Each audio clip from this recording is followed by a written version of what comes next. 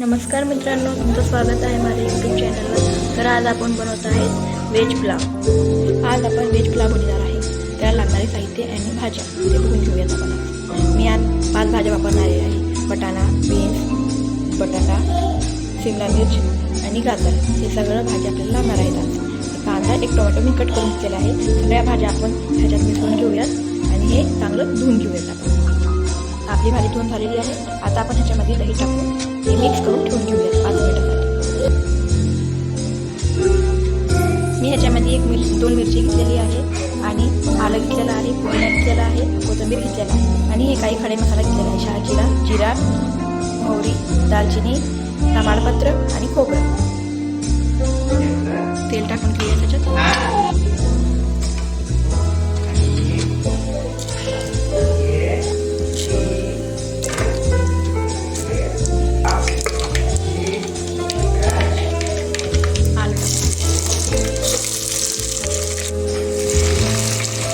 ह्याच्यामध्ये मी आता व्हेज राईसमध्ये वापरणारे मसाले घेतलेले आहे।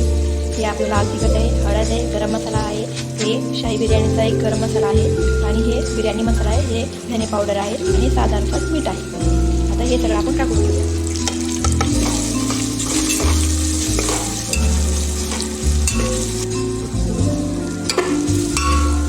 हे मी खोबऱ्याचं खीर घेतलेलं आहे। थोडं पाणी टाकूया।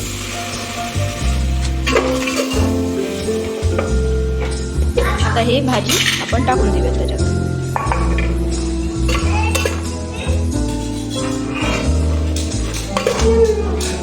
त्या भाज्या आपल्याला 10 मिनिटं शिजू द्यायचे असेल। लगेच आपण ह्याच्यामध्ये तांदूळ टाकूयात, ते 10 मिनिटात दोन्ही शिजून जातील। इथे मी अर्धा किलो तांदूळ घेतलेला आहे।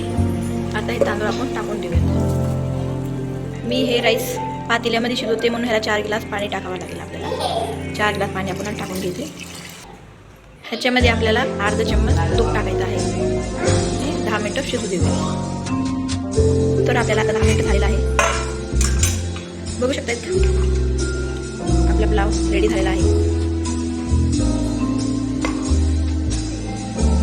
आता आपण गॅस बंद करू। बघू शकतात आपली व्हेज राईस आता रेडी झालेली आहे।